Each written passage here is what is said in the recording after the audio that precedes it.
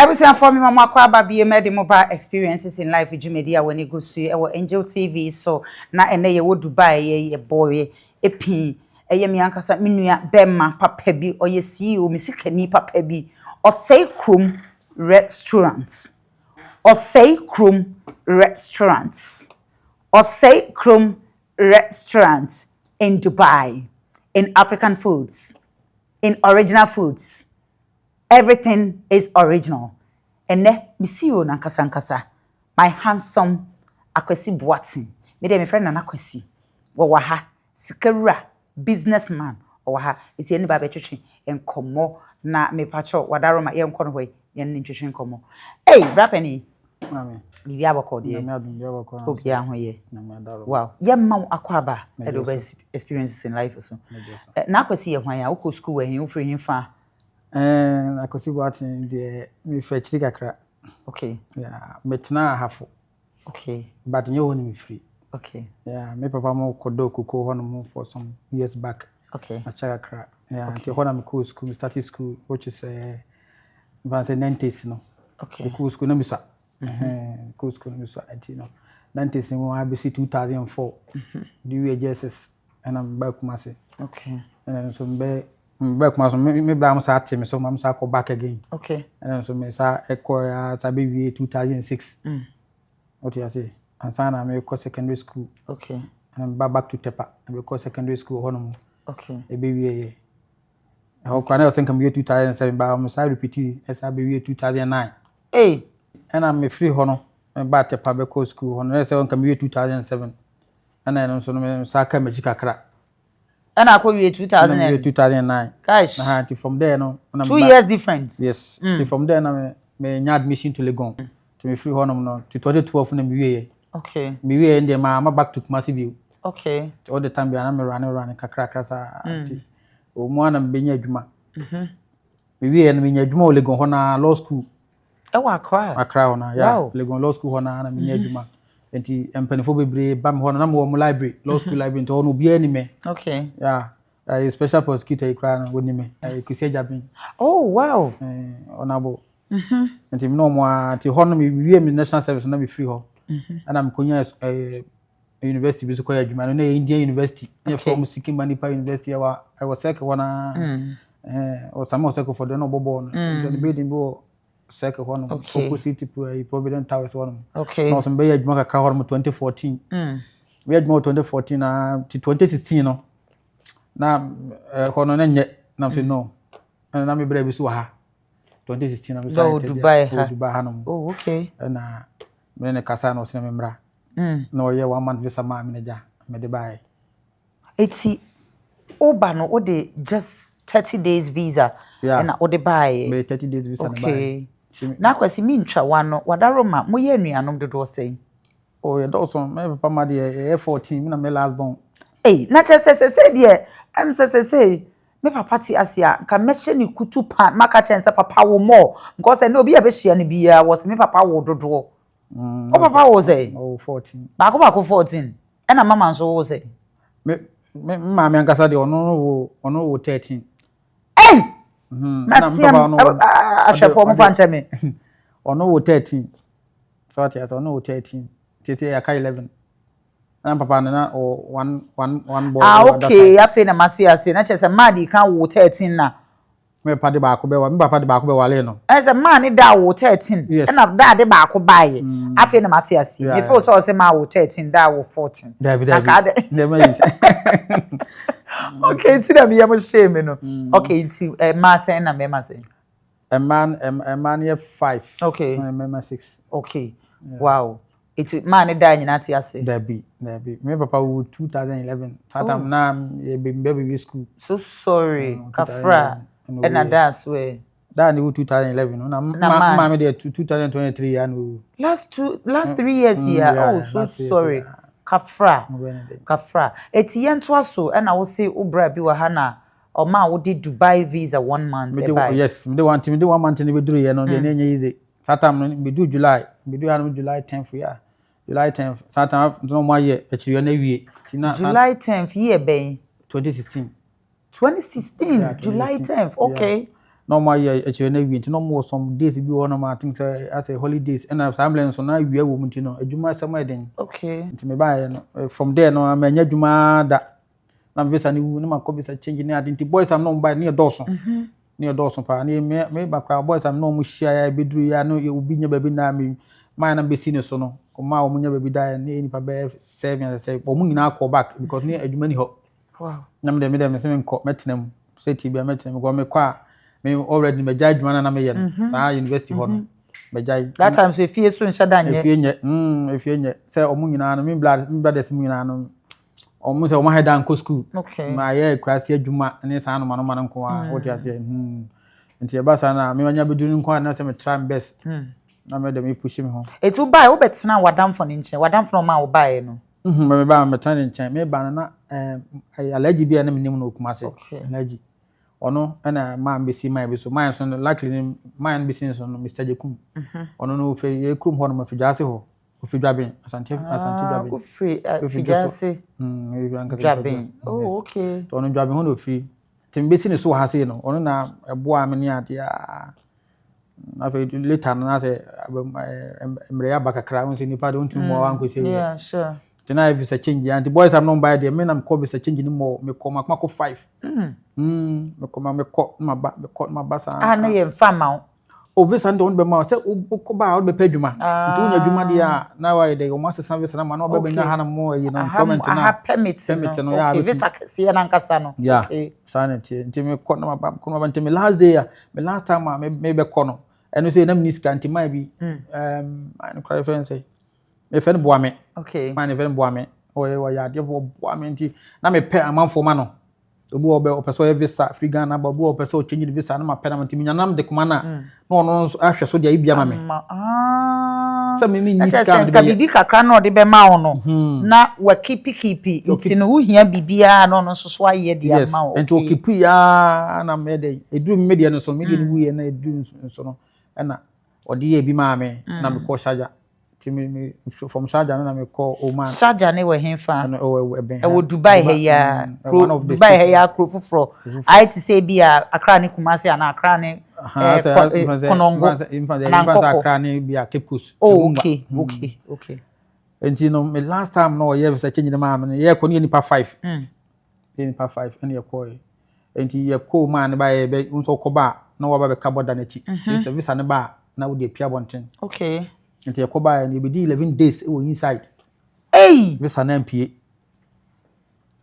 11 days e be inside no. Nipa mienu pe no mo de PA me de MPA nti ne nyina no. Me bia na ye wo inside ho no me so me scan beto dwe na di. Ana me koshia lady be wo inside ho no mo. Cameroon ni woman. Inside ne ye hemfa chichim.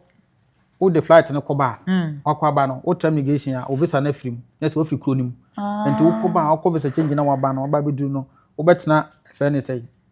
arrival ho no o betena ho no matter say o visa na be ban na o dia communication no ma stamp no opia bonten enti ho no na visa ne ma no enti na me frɛ me man na o ye ma me na o frɛ na o se be ba ye ntwen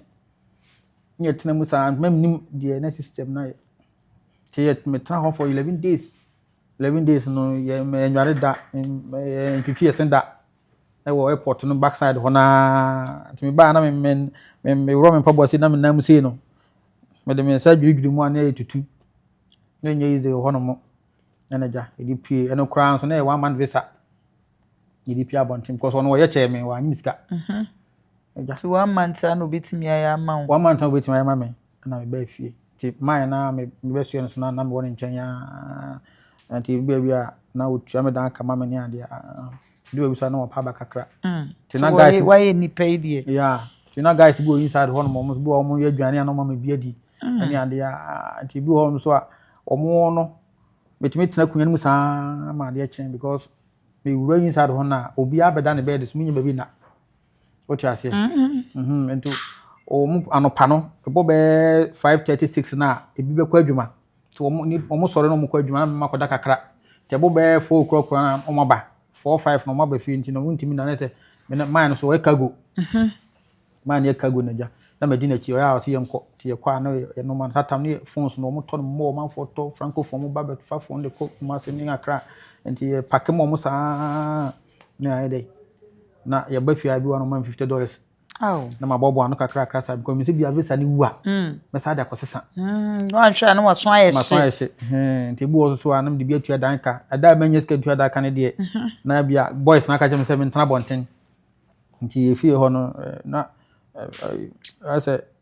bayi kakra bi ho no ma betimi atena se kunya ka ho no nti me tena mo anam didi nkomo san ofon so wa na ja ade ache nti didi mo na me ja guy bi fair say adwuma bi ho no mo en kwa na cleaning work eneja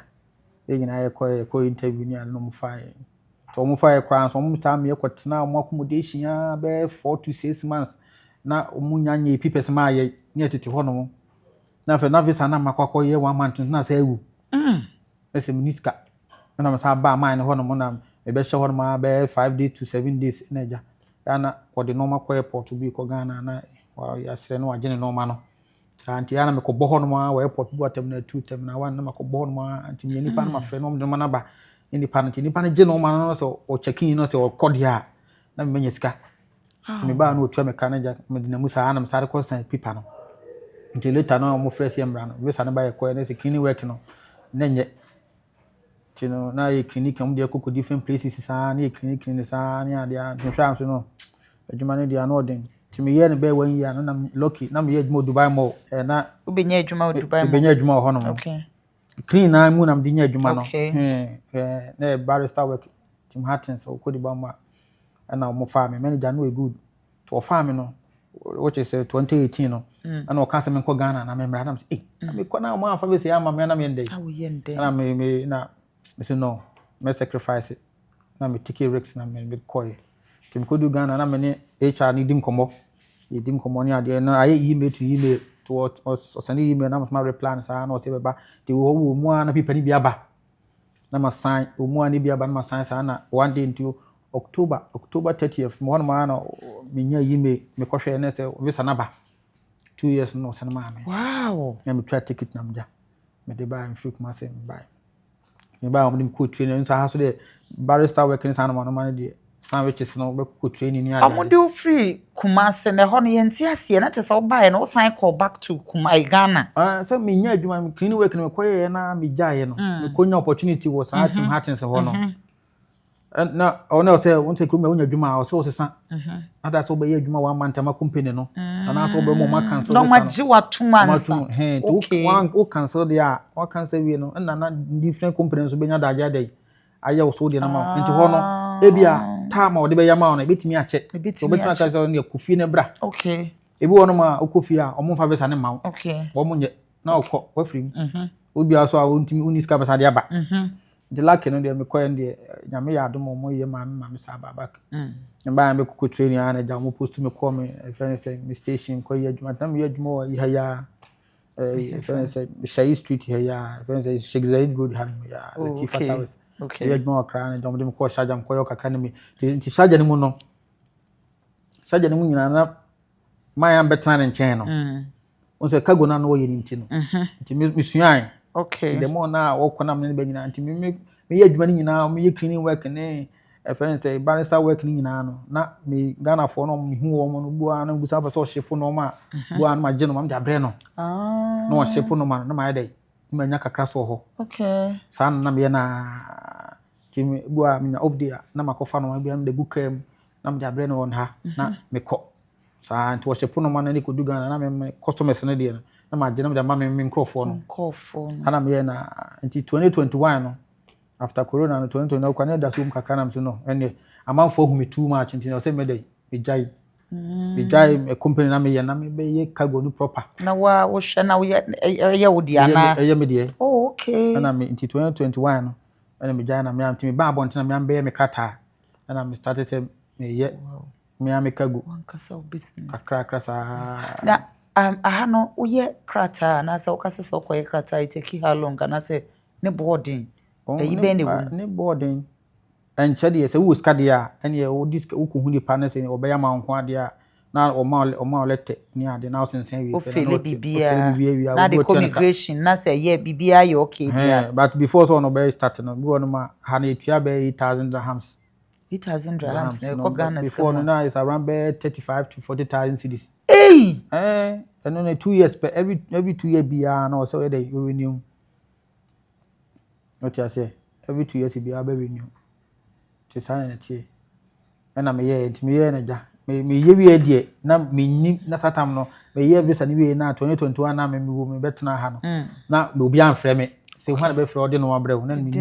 Therefore na me advert kakra bo ma kutwa bo ma na me tram da to me Facebook ne satan TikTok kra na nye relevant send. Nti Facebook ni ade na me to kakra meja. O ha no be an fraud ba ko no ma box kakra na o de ko sa o hon ma no be o say o me pass me sin na dem o number ma me o. Eni wo no enti enum no be na kakra na fa na manfo hume. Okay. Na manfo hume sa na no ebe tiatese manfo hume awie. Aha enam se no ne science dia me so ni pa don tumi transfer ko so sa ya na the business. Yeah. Nti enum na ma restaurant sam so bebo mu that was 2022 no. Oh. Yeah. Inti 2021 na ubi ewa company for we no. Me shipping no. O shipping we na the following year 2022 no so. 2022 no so no. Na restaurant na ukumi na one. Okay. Na one. Hondo no agidi nsankofa. Ti wono no wo hono ma na sister. So no guso ho. Sankofa ne de ofa no agu. Oh, okay. Oh. Agu. Enti no na sister ba ko so no so no. Apart from Sankofa no ho. Ti na amanfo patronize ba as nipa no doso won continue say bom timpem no science dia me he na me ko hu mai bi ho no mo go san bi mu na was no na Ghana restaurant bi ho dada to mu tu ho no no na me madam bi ko na say on ko jam na me ko check na previously so na Ghana for ne bato na na me do mo ko sa hotel mo ko da. Oh, okay. Nti na mani ne me ko say me pe ho de aduane no so opportunity ana ode ma me na ja. Wow. Ode ma me na fere aka no ma betoto ntense me so miniska akwaja dan yo so miniska na me ko shops no bi na wa area ho na shop bi no mu neme ni ade ti kwa no ma kasa na ma mo muska ni bi na ma magege no ma no me de bi gu ho no na start here operation na was here credit and the figure na banti start here na aduane de toton ha ni fufu ni sa no ma no toton ni na wa ha no mo nti de mo na e ko e me de started here but to free Ghana te bu ma me ko Ghana me ana mo de biaba sa obi so ba so na mato na o de abre mi sa kraka sa na ya be bi we. Wow. And I be do baby away. Iswani Oseikrom restaurant, the CEO, the businessman. No, eguso etwetwe enkomo na se akese enko enfama aboafo dane da wono eso masen yankopon shaw yento so Nana Boating Akwasi wadama waware pacho maware wo mma mama babako wo babako omo we no ma we omo Ghana no mo ha omo Ghana anti wabetena krom ha 16 years and 18 years so by 2016 2016 that is 14 years in here almost 10 years 2016 yeah almost 10 years yeah we dey me dey work 2 months almost okay 10 years okay weja we yire ho ene me oban me kasa kra no kwa de e okay weja oban no ho a uti ha no say na ya na ofili ana ukofi how many times or you okay enye ize de okay enye ize se obeja oba ho tu kwan na onta anko ne ade but me mum de nyankopon daroma ebi won ma yia ne nko na we no bo am tin ko Ghana 4 5 times oh okay then it's okay yeah okay na wona nwe ho da se ne asisi ase we bibi nwuma ne ade de wa ha wo de akola ne oba ba be kan ho ha na wabo eno de nke possible de but we say Dubai ha no se akra kan ho ne oba kan ha na brewum na ha no ma so bo no wo soro ha no ha no se nke ha no to see be America na Germany kra de a okay what you say ha no ke no ma easy ba ha no ma nya easy sa okay what you say when definitely to ba de wo ha no ma otumu tan wetimi awo ha okay enu nyina ba mususu a ene nya easy ekumi ni omo awo ha ni ade omo mma ni ade no omo so a lot bibri na so bibri because ha no akra no wo no to ho no ma aban government be ma 3 months free okay the 3 months ni twa mu pe so ya kata ma akra no What you say? If you cross on now business out and uniska. Na ha no wo aba ne nhwa akola no ma wo ne maame no ne papa ne dan. There. And the one I saw one about finance bibia. Wow. I did aba be more and say no more 3 months free. What you say? Wow. The new twemu dia feel ko na so ye kata ma oba no ne akra no ne ade bibia no 2 years. Enti wo plan is all den be ko be before na so ntena ho no mmoa wo. Oh, nyane sa dia. Okay. For now no dey so Ghana dey but say kwa ba mu na me be bia ho no be boa na na me de ne ko ho. To ho no ma me fi ha no ma na me ko no me ba. Okay. No so wow. Na Boating, ye pese oni edi movies ho nsem ne nkomo kakra because obo ho no mo ba o say 10 years when you 10 years when you 5 years near the obi so ho no ma otimi de 1 month be rem within short time when you ne nkrata obo ho no mo a the 3 months pe eba just otimi nya adwuma papa obi so ho no ma just onya huge ayipa as a permit na nkasa so na setinam enye eno no experience kakra be na betimi ahane de frankly no visa issues ne de hanu nyina no before so benya visa company bi ne be yama. Okay. What you say me to me amintimi immigration sem koye obi o munya mame o say company obi company senka ha say ya ni company no they sponsor o de yama o yama wi a because of say wo no mfa visa ne mfa nya adwuma wo no na adwuma ho ni ntino onti na o mo charge e kese no because o yama wi o de krata na o pipa bi a document bi ehu hia nyina na o de be ma na de wa de ko o tu kwan a no answer wo twa ticket na wo ko. Wow. What you say? Sano okay. No. Apart from that, sorry, Kasa. Apart from that, ne dear. Say your company be na be yamawa. Untimi nye. David na be no aye. Untimi nye.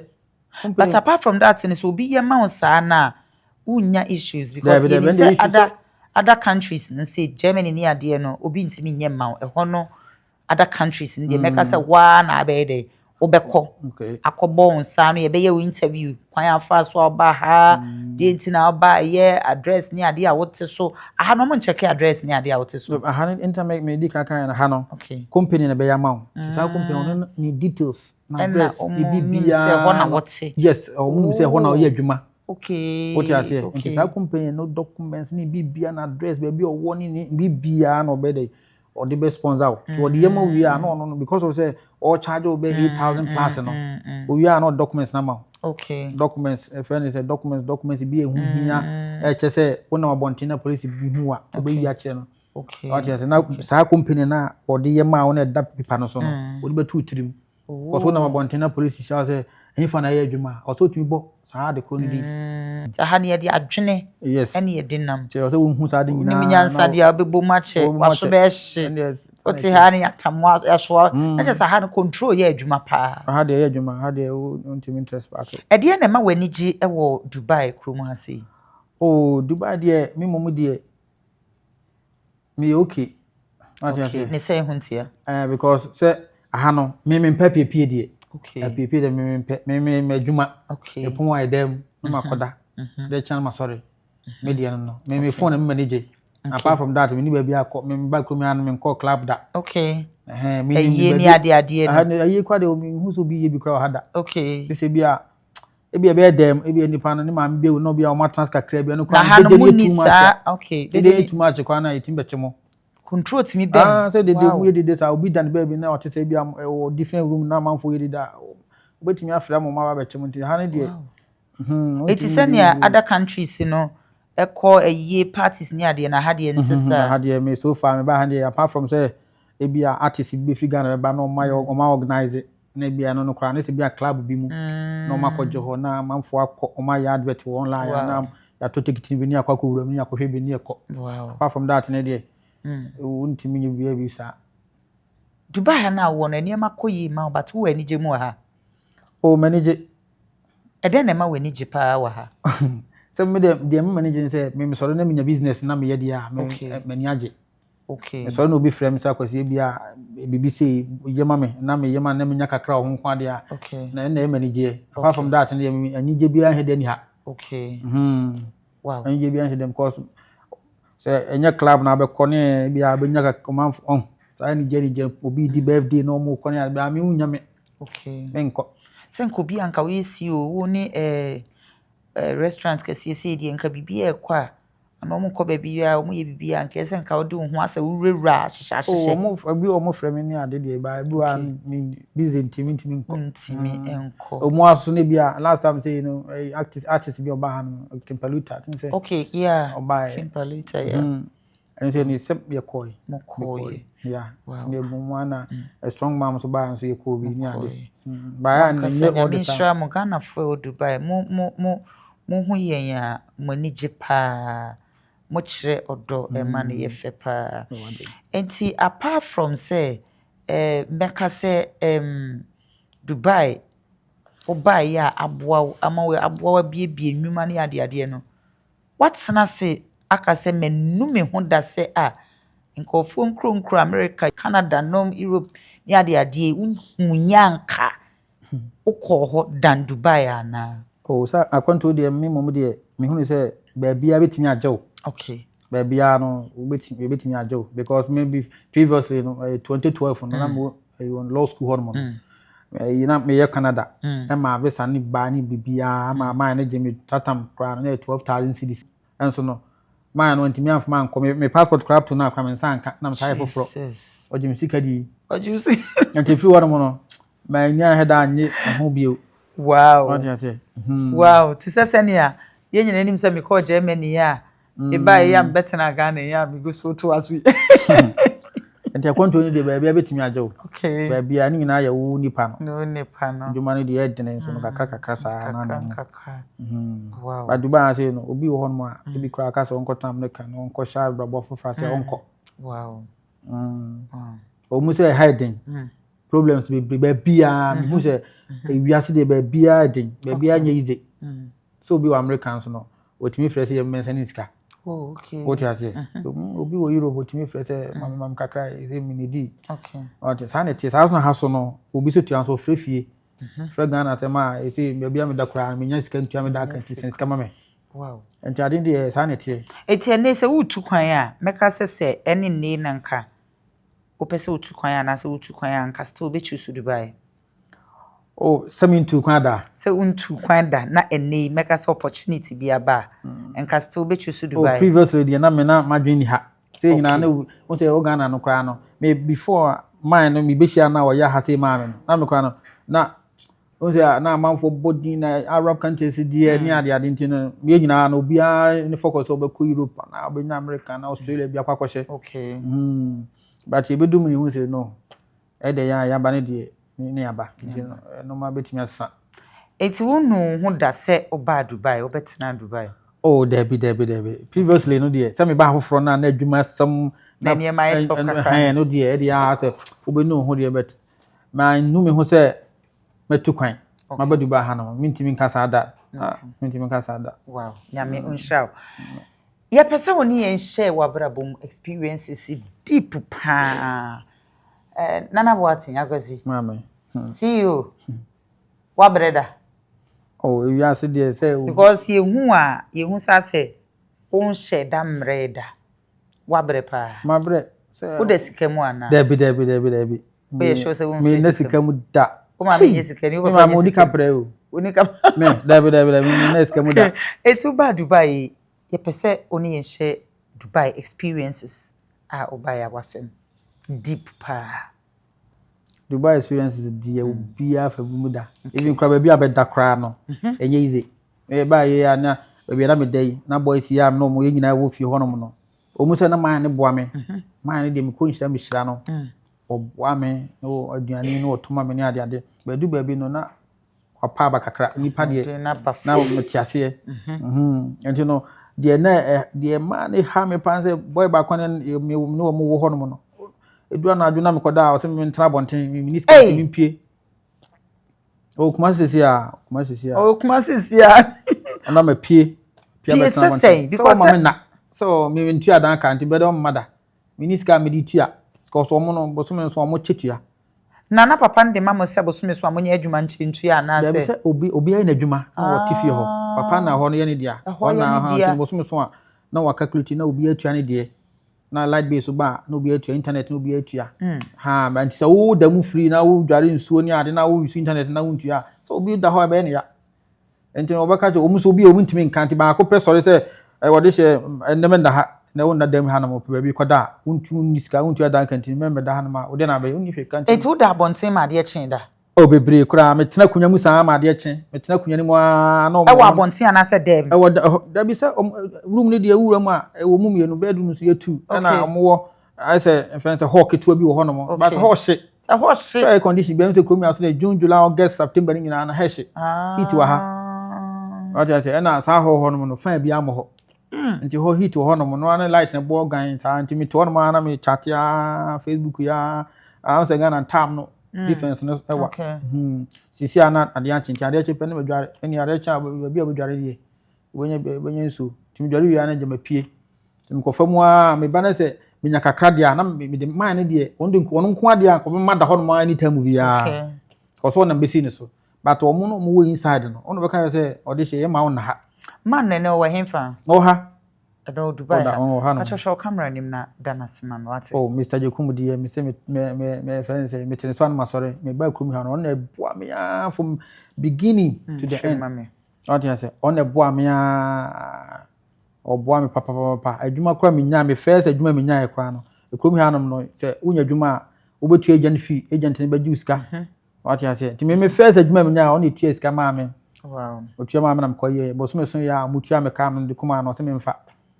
to oboa me papa ma ne de me ko nshira me shira no bebre pa wa ya de onam no so na ma me hu sa adwuma ni nyina ne e be su sambe ka gwadwuma nyina na mo so ma me hu ye okay because some ba na ni mitrim some be ka gwadwuma okay te na mo so na ma ye hu sa no nyina te on de nyame hia no wa ya de papa krum ha de abrabom ade na waye a wanu ho pa a obeka se a enani ni nyina na e me yasa me yes ade no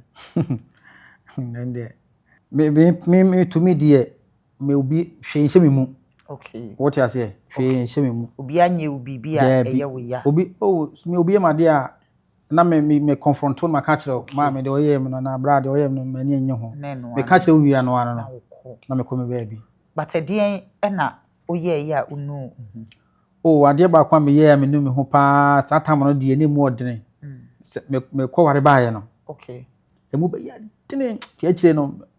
na sahams no ade nti kura na me dem ho ko tu because obo akofo bi ba to ho so obi ya onu so waja no ho ani ade eno de be ha me pa be ti akire no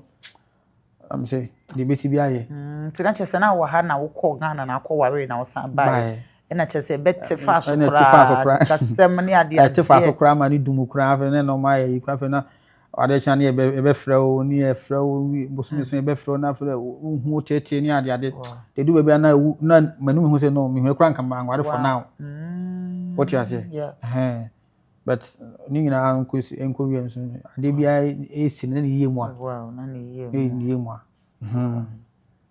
tem amana nhyem so be because ai si ne de nya si awi okay am so me man kan che obi a okay what you say hyem mu ato se obusa me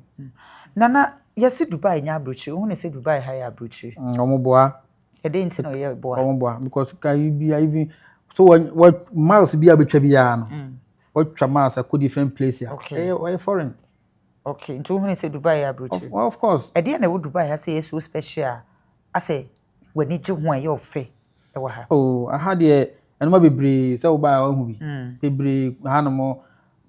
adan omo sisi ni ade say na ha na modern city okay modern city ha cry first in Germany okay what you say bebre Germany de ho nso ofe ofe pa so what you say enti iba de ha fe ha kama okay na kama ba nti obi ti ba bi na se me tie bi o no bi kana nya brochire ni ade de na brochire ni de he abrochire no ene de because me buy me hu say Dubai aha ye fe discipline wa ha Crony ye very neat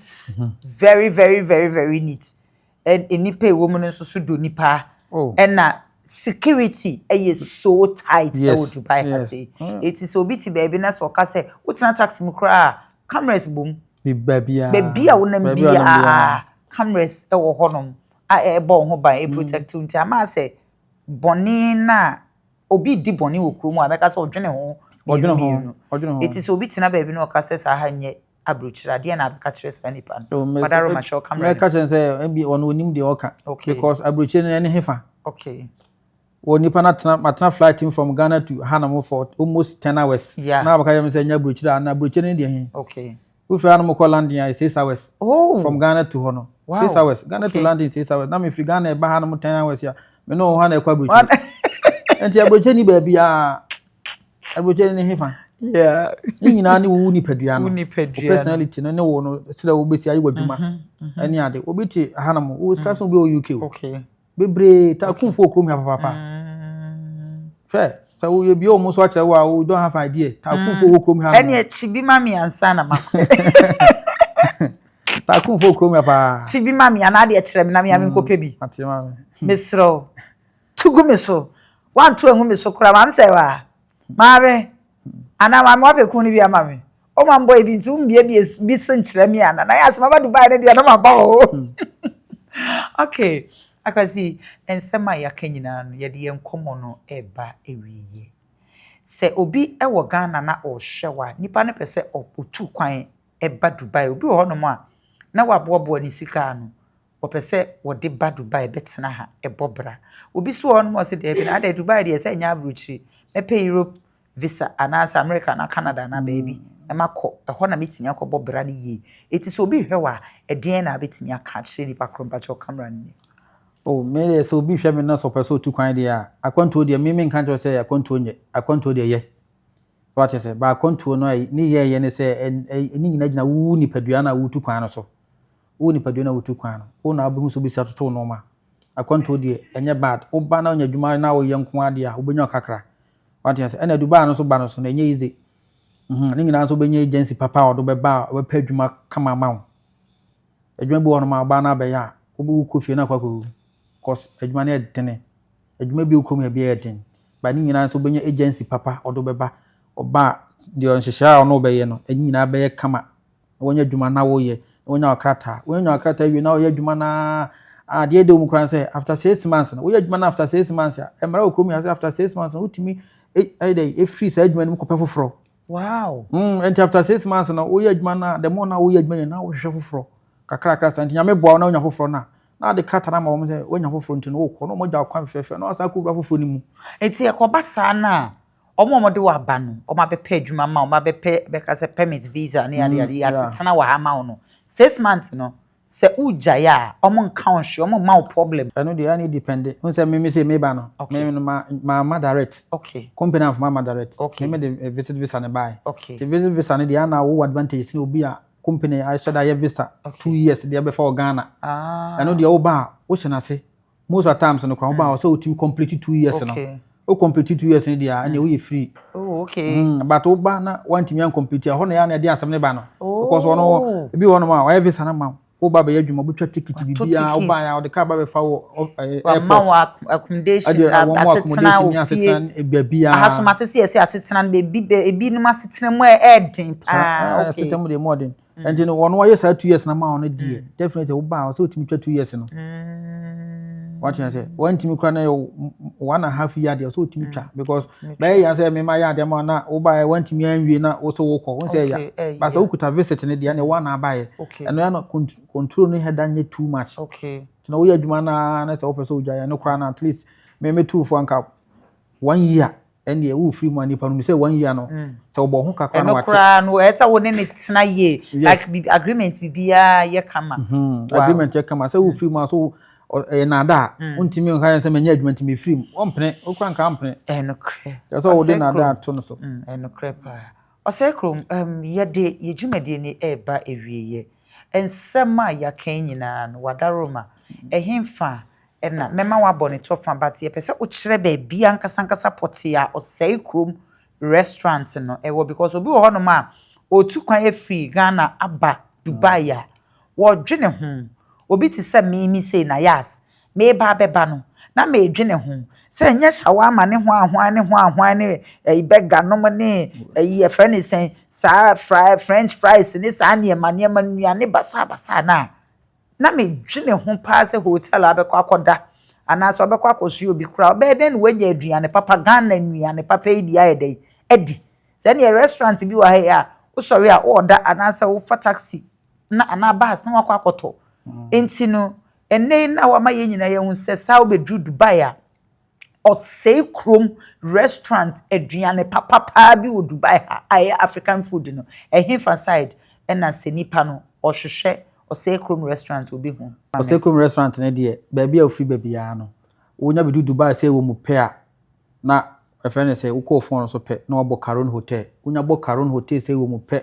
edo beba wo bedu Caron Hotel ho wo reception ho no ma wo busa receptionist na odo beba m floor ho ne wo ba Ghana aduane bia obenya bi wo ha edi say ye mutu say ye fufu banku aduane Ghana aduane bia obenya bia ato no wadi kama ha so de Oseikrom aduane de country had nobody nobody okay abenkwan enya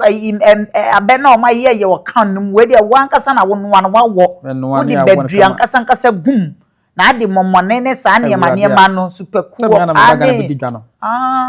me ba me di dwan kama me toto me momone ne ade bia ingredients bia na toto no kama me ama packet dia ba wa packet dia ba me ama packet dia ba wow bedru a guest nso dia ye aduane guest mo ye aduane ye aduane ankasa aduane no ade omo number 1 enti me krom ha de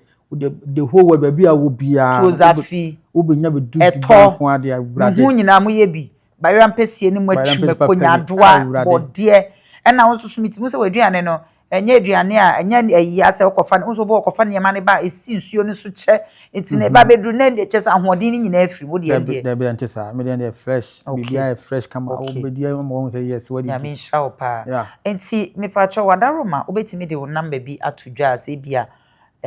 na osan hia workers nso ana ebi obi free for now ne de for now de wadaroma fa wo number bi tudwa se ne be ya ebi obi Dubai ha na se opese order aduane bia na se oba restaurant ho no mo ana se bia wo cargo wo shipping wo kan ya wadaroma fa wo number etudwa na we are account final ways wo bedu Dubai na hwe mecha kwan ya se wo pese wo ship no ma na wo ba restaurant so be didi a my number ne 0581 633647 0581 3647 wonya fra me pe baabi a wo bia no wo benya me na ya ba fa kama na ba bididi Nyankopon onhia se yeto nsafra wa oba mpa cho nsema ya kanyina bonetofa ebia na obi wo Ghana opeso oba Dubai ede afutu na bra wa brese na wakase na nye easy ni ade so wabotre wo de wani butu nsuom utim so wa bre but ende ekase ye kan sikafo you are one of the best utim se Dubai ha say esikafo no Ghana fo no me esikafo ha say no eniema wo mo hu nanso omodaboko me boss bi a ono so me interview no the same thing Mr. Ezra utim se niema wo no ho nanso daboko cool why say Oseikrom restaurant na Boating utim se eniema wo no ho